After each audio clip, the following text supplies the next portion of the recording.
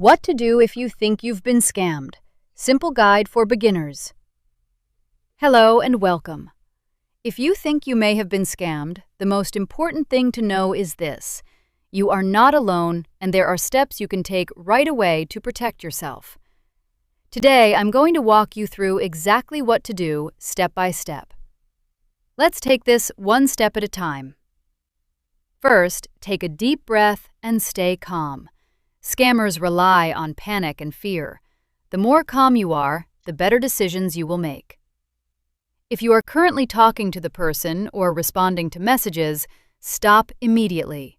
Do not reply, do not click anything else, and do not send any more information. If you shared any financial information or sent money, contact your bank right away. Let them know what happened so they can help protect your account. Next, change your passwords, especially for your email, banking, or any important accounts. Choose strong passwords that are hard to guess. Take a few minutes to look through your accounts for any unusual activity.